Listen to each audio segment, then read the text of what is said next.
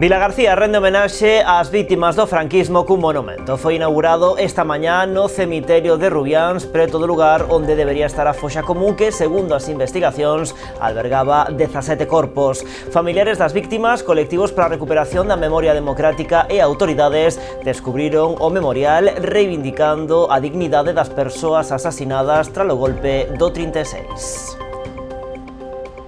Que tal saúdos? Pois entre esas autoridades estiveron presentes hoxe ali no cemiterio de Rubiáns o delegado do Goberno en Galicia e o alcalde de Vilagarcía. Dentro duns minutos falamos deste asunto, antes outras novas. O Tribunal Administrativo de Contratación Pública vén de acordar a suspensión cautelar do contrato do Servizo de Axuda no Fogar do Concello de Boiro. O Tribunal tomou esta decisión unha vez estudado o recurso presentado por Comisións Obreiras ao entender que se apreciaban presuntas irregularidades no proceso de licitación e contratación. A Xunta adxudica a redacción do proxecto para a construción de vivendas de promoción pública en Pontevedra. En concreto, son 48 que se localizarán no barrio de Valdecorvos. O obxectivo é deseñar o proxecto para executar nunha parcela de case 1.200 metros cadrados, cun edificio que inclúe tamén garaxes, rochos e locais. Bota a andar unha nova edición do Obradoiro de Hostalería da Mancomunidade do Salnés. 20 alumnos e alumnas formaránse durante os vindeiros 9 meses nas súas instalacións de Sanxenxo. Trátase da 16ª edición dunha acción formativa cunha ampla saída laboral.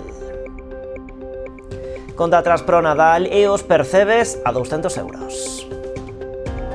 Os mariscadores da Guiño atópanse inmersos na campaña de Nadal onde o percebe soe ser un dos mariscos máis demandados. A principios desta semana o seu prezo chegou a roldar eses 200 euros. En función das previsións meteorolóxicas, os percebeiros da Guiño volverán saír este sábado ou luns, véspera de Noiteboa. O Concello de Ribeira entregou esta mañá varios lotes de entradas para a pista de xeo ás asociacións sen ánimo de lucro do municipio. Representantes de Cruz Vermella e Faiben recolleron as invitacións da man do concelleiro de Servizos Sociais e do presidente da Asociación de Empresarios. A colaboración estenderase tamén a outras entidades como Ámbar, Amicos ou a Creba. Pois con todo isto comezamos. Están vendo as novas do día en Canal Rías Baixas.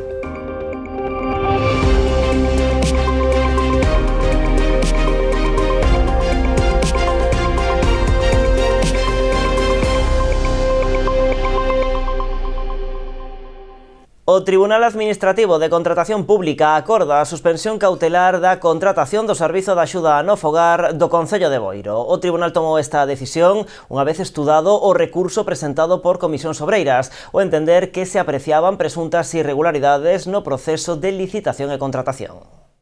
Segundo denunciaron dende o sindicato, a nova licitación do Servizo de Axuda no Fogar realizouse sen publicidade algunha, vulnerando así claramente os dereitos que deben rexer todo concurso público. Unha circunstancia que evidencia, segundo eles, unha total falla de transparencia. Nin foi publicado na plataforma de contratos públicos de Galicia, nin tampouco na sede electrónica do Concello, o que dificultaba o acceso aos pregos de condicións das posibles empresas aspirantes e xeraba serias dúbidas sobre a legalidade do proceso. Este feito levou a Comisións Obreiras a presentar un recurso ante o Tribunal Administrativo de Contratación Pública, que agora ven de darlle a razón. Pola contra, no Concello causou sorpresa esta denuncia, negando que houbera falla de transparencia no proceso, tal e como denuncia o sindicato. Teño que dicir rotundamente que eso non é certo, que dicir que cumplimos todas as premisas legais e xurídicas e de transparencia neste proceso.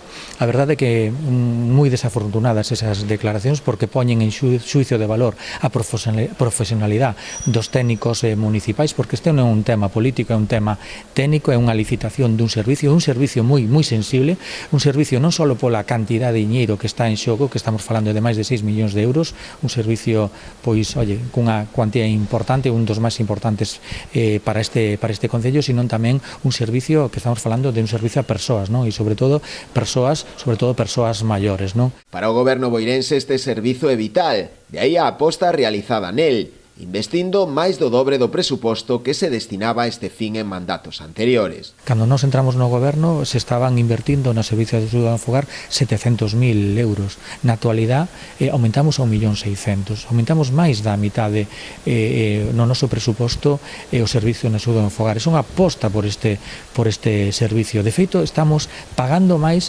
que a Xunta de Galicia e o propio Estado, cando non é unha competencia directa deste concello, non é unha competencia da Xunta de Galicia. Aínda así, a suspensión cautelar da contratación non afecta o prazo de presentación de ofertas, que seguirá aberto ata o vindeiro 26 deste mes de decembro, para aquelas empresas interesadas en facerse co servizo.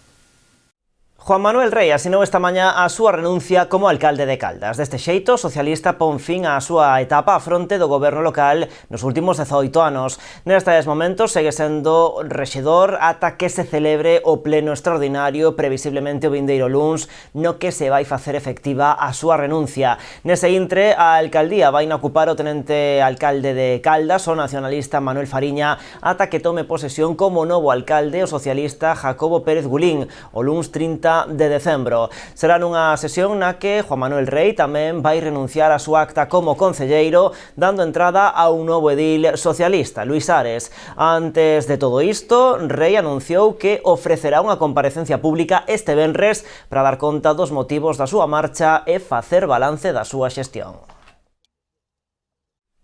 O Concello de Poio rebaixará o recibo do IBI a todas as vivendas do municipio. Será unha reducción de 4 puntos que supera ao redor de 300.000 euros. A medida aprobarase no pleno de decembro, iniciándose despois os trámites para poñela en práctica. Así, o goberno local estima que se poderá aplicar nos recibos de 2026. No 2026, os veciños de Poio pagarán menos polo imposto de bens inmobles. O Concello anunciou esta mañá unha rebaixa de 4 puntos ata o 0,43%. Esa promesa e esa sempre demanda que nos fixemos desde a oposición, hoxe unha vez chegado ao goberno, pois o vamos a, en este caso, cumplir por coherencia e por compromiso e, sobre todo, tamén por convicción en que é algo necesario para todos os veciños. E a medida abaixada do IBI do 0,47 ao 0,43. A medida supón que o Concello deixará de ingresar aproximadamente 300.000 euros, algo que o alcalde recoñeceu que suporá un esforzo para as arcas públicas. Esta reducción está claro que a nós como goberno nos vai supoñer pois unha rebaixa de ingresos importante, preto de 300.000 euros que vamos a deixar de recaudar, pero entendemos e o asumimos con toda a responsabilidade que, inda que para nós pois vai a ser un feito importante para poder levar adiante e executar no noso presuposto, pero ao mesmo tempo entendemos que é unha medida de responsabilidade e vamos a seguir adiante con ese compromiso, con eso que pedíamos na oposición, nos vamos a comprometer co goberno. Esta baixada no IBI aprobarase no pleno do mes de decembro. Abrirase despois toda a tramitación coa publicación do acordo e a súa exposición ao público. De non haber alegacións, comezaría a fase da aprobación definitiva. Os recibos do IBI devénganse o 1 de xaneiro de cada ano, por iso a reducción faríase efectiva nos de 2026. Nos gustaría esta aprobación tela feito moito antes, pero ao mesmo tempo de que tamén nos gusta cumplir cos nosos compromisos, tamén debemos de ser responsables. E a responsabilidade foi que antes de tomar esta medida, como anunciamos xa fai un ano, primeiro tuvemos que pagar todas as facturas pendentes, tuvemos que aminorar a débeda deste Concello.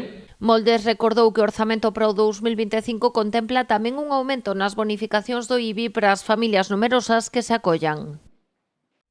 E o Partido Popular de Pontevedra dá por rotas as negociacións co goberno local de cara aos orzamentos de 2025. Rafa Domínguez explicou que dan por finalizadas as conversas co BNG porque consideran que as contas deseñadas polo Executivo non chegan aos estándares dos populares. Tamén asegurou que non se chegaron a acordos en varios puntos do decálogo que presentaran para esas negociacións, como o traslado da feira ambulante a Alameda ou a reapertura ao tráfico de Raíña Vitoria.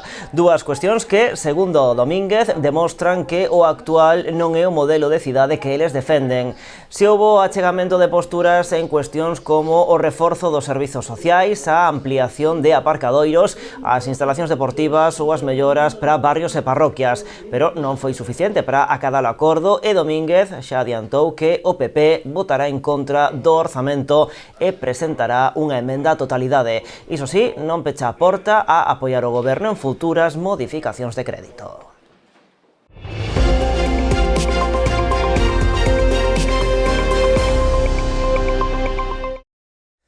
Vilagarcía rende homenaxe ás víctimas do franquismo cun monumento. Foi inaugurado esta mañá no cemiterio de Rubiáns, preto do lugar onde debería estar a foxa que, segundo as investigacións, albergaba 17 corpos.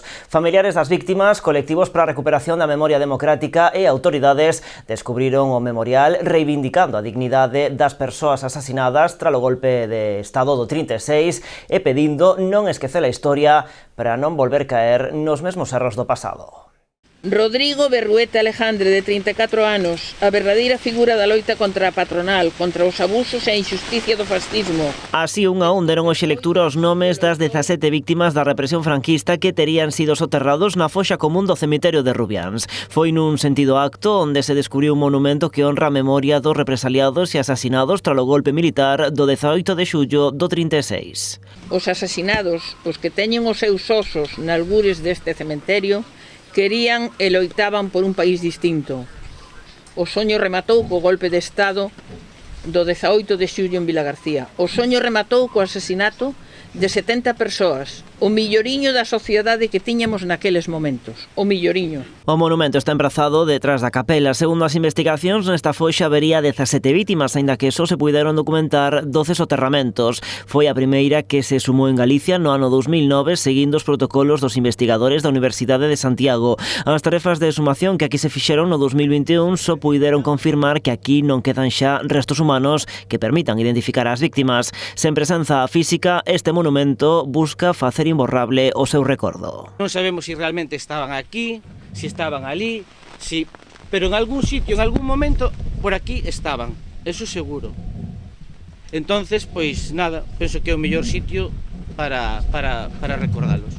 Co acto de hoxe culmina o proceso de reparación e dignificación destas víctimas. Este acto chega tarde, case 90 anos tarde. O tempo que os verdugos, os perpetradores, lograron confundir a todos e controlar a memoria. Ás veces non nos damos conta desto, pero a pouco que lembremos o que sabemos, nos demos conta do que estamos empezando a coñecer, darémonos conta de que a nosa memoria estuvo controlada por eles. Acompañando os familiares das víctimas e os colectivos para a recuperación da memoria democrática estiveron o delegado do Goberno en Galicia e o alcalde de Vilagarcía. Temos amenazas reais ás que temos que enfrontarnos. Por desgracia, vemos certos sectores que tentan negar a validez da Lei de Memoria Democrática promovendo relatos que negan, minimizan ou incluso xustifican a represión. Non podemos permitir que o esquecemento se impoña, porque unha sociedade que non é capaz de enfrontarse aos seus recordos, que enterra os recordos baixo o silencio, ende xamais é capaz de avanzar. Non podemos dar marcha atrás no tempo e mudar o sucedido, pero sí que podemos facer memoria para sanar a alma e, de algún modo, poder achegarnos ao noso pasado con outra ollada. Deste xeito, o Cemiterio Municipal de Vilagarcía lembrará novamente para sempre o que aquí sucedeu, quedando ligado como lugar de memoria democrática de Galicia. E aproveitou o alcalde para reivindicar os pasos dados pola cidade a prol da erradicación da simboloxía que enxalzaba a ditadura, como a cruz dos caídos da igrexa parroquial ou o busto de Calvo Sotelo. Dixo que quedan aínda pasos por dar, como a revisión do Rueiro para eliminar del nomes relacionados co réxime. Pois seguimos con máis asuntos, estamos de novo en Pontevedra porque a Xunta xudica a redacción do proxecto para a construción de vivendas públicas na cidade. En concreto son 48 que se localizarán no barrio de Valdecorvos. O contrato conta con orzamento de máis de 210.000 euros e un prazo de execución de 3 meses e medio. O obxectivo é deseñar o proxecto para executar nunha parcela de case 1.200 metros cadrados, un novo edificio en Valdecorvo con esas 48 vivendas, pero tamén con garaxes, rochos e locais. As obras están orzamentadas en 7,3 millóns de euros. Estas novas vivendas sumaríanse ás que o goberno galego xa está a executar nese mesmo barrio. Son un total de 74. En total, o investimento previsto pola Administración galega na construción destas 178 vivendas suporá uns 35 millóns de euros. Portos de Galicia e a Fundación Ría traballan no deseño da planificación da fronte marítima da Pobra na zona portuaria. O proxecto busca reordenar a fronte marítima urbana desta localidade, na súa maioría administrada polo ente dependente da Consellería do Mar, mellorando a relación entre os espazos portuarios e o núcleo urbano. O punto de partida será o estudo efectuado pola Fundación en colaboración coa Axencia Galega de Infraestructuras para a integración urbana da Estrada Comarcal AC305 ao seu paso polo centro da vila. E comezaron as obras da depuradora de Noia, que suporá un investimento de máis de 2 millóns de euros por parte de Augas de Galicia. Ademais do reforzo estructural e o peche perimetral da instalación, procederase á renovación dos equipos de depuración co obxectivo de garantir un funcionamento óptimo. Operarios de Traxa traballan estes días na mellora da Edar de Noia, que comezou co reforzo estrutural da instalación e reformas na cuberta e no peche perimetral. As obras acaban de empezar fai uns días e neste momento pois estáse primeiro solventando o problema estrutural que tiña a instalación para que a partir das vindeiras semanas se poda xa normalizar a actividade de xestión das aguas residuais e dos fangos e demais, e a maiores se está levando a cabo toda unha actuación de mellora do cerramento perimetral da instalación. Vaise levar a cabo tamén esa actuación de reforzo estrutural que vai a supoñer a renovación dunha parte importante da cuberta. O proxecto, cun investimento próximo aos 2,5 millóns de euros, contempla ademais a modernización dos equipos e sistemas de depuración e de bombeo, na busca dun funcionamento óptimo que permita poñer fin aos problemas de vertidos que viña rexistrando a instalación nos últimos anos. Moitos dos equipos de esterilización, de desinfección e demais que van a posibilitar que unha vez rematadas as obras, pois a depuradora prácticamente volva ao seu estado inicial, o estado da fase na que se construeu alá polo ano 2007 ou 2008, introducindo unha serie de melloras actualizadas que van a permitir pois que funcionen unhas condicións óptimas, a diferencia do que estaba pasando ao longo dos últimos tempos, onde había un deterioro importante que impedía que a xestión fose axeitada.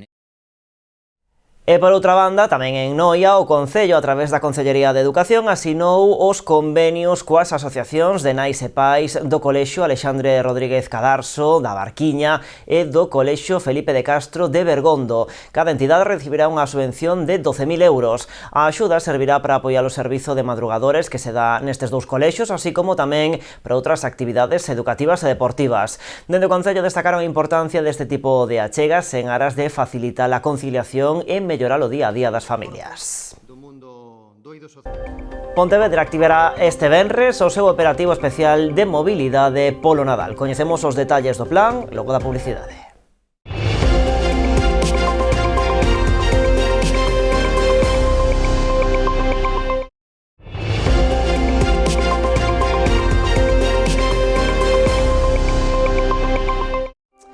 Pois aquí estamos nas novas en Canal Rías Baixas. Bota a andar unha nova edición do Obradoiro de Hostalería da Mancomunidade do Salnés. 20 alumnos e alumnas formaránse durante os vindeiros 9 meses nas súas instalacións de Sanxenxo. Trátase da 16ª edición dunha acción formativa cunha ampla saída laboral. A Mancomunidade do Salnés pon en marcha unha das súas grandes referencias en materia formativa. Trátase do Obradoiro de Hostalería, unha acción que acada xa a súa 16ª edición, consolidada como unha ferramenta clave para un sector estratégico para a comarca. Esta mañá tivo lugar o acto oficial de apertura do novo curso. Un obradoiro de emprego que ten un presuposto de 430.000 euros, dos cales pois, está subvencionado precisamente pola Consellería de Emprego e, polo tanto, aparte é un curso que cando remate pois teñen o seu título, teñen un curso homologado, polo tanto ten a súa importancia e polo tanto eu creo que é algo que hai que destacar, non? Dende a Mancomunidade salientan que este obradoiro é un dos mellor valorados de toda Galicia.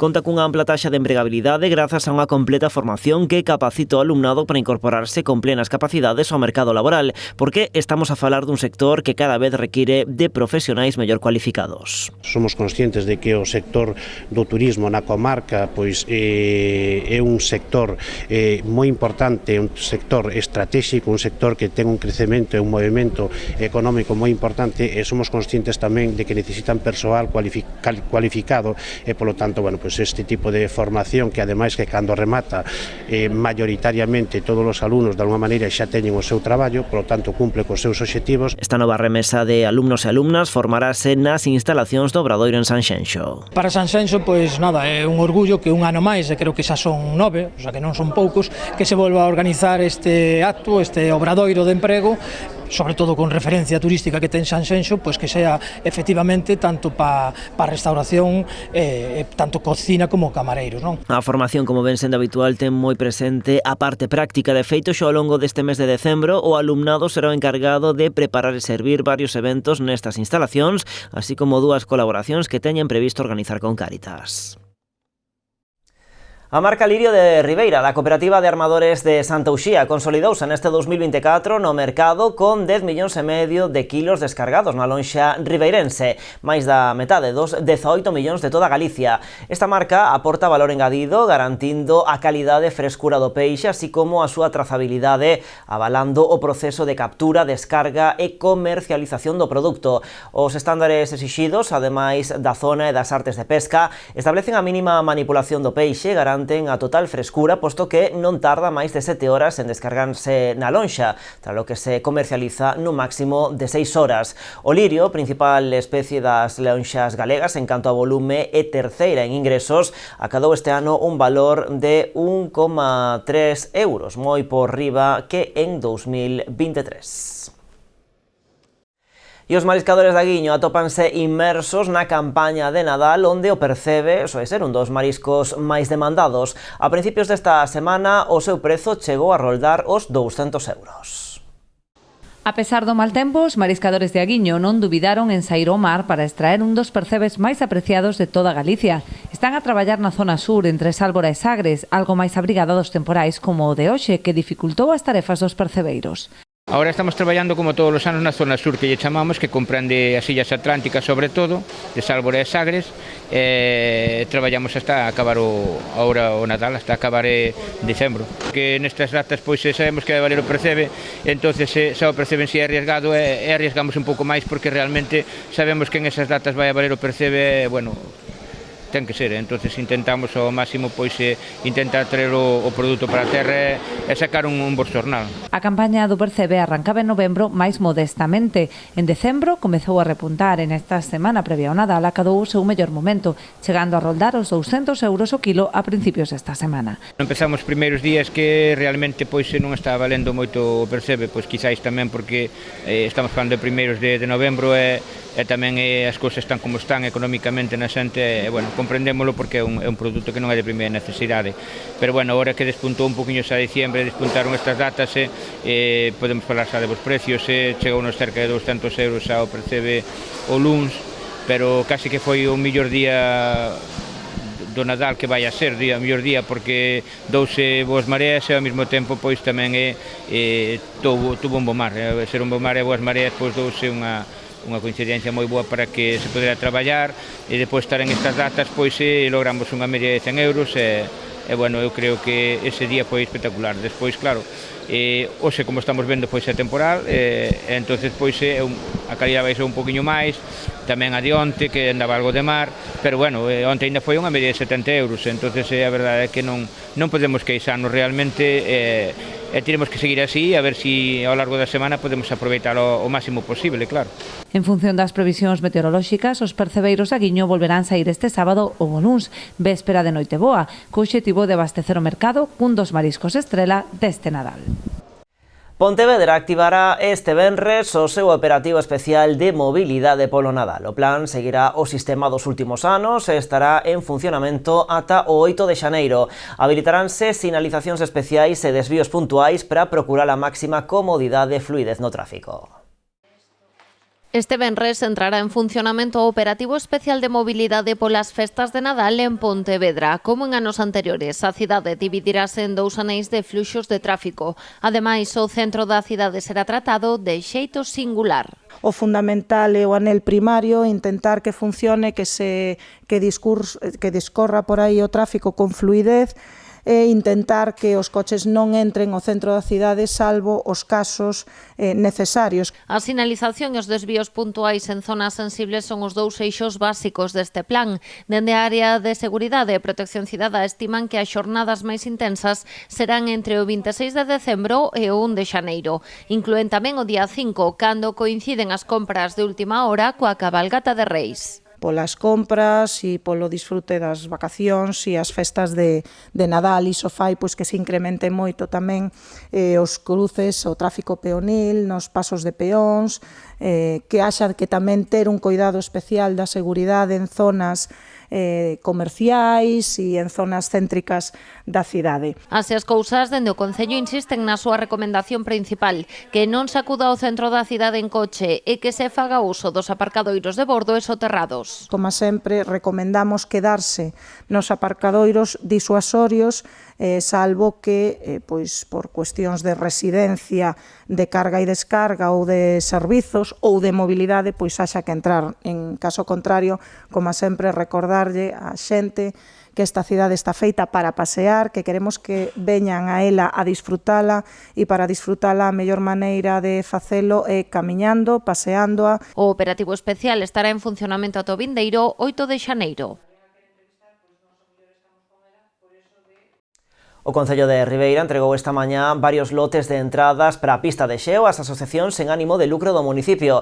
Representantes de Cruz Vermella e Faiben recolleron as invitacións da man do concelleiro de Servizos Sociais e do presidente da Asociación de Empresarios.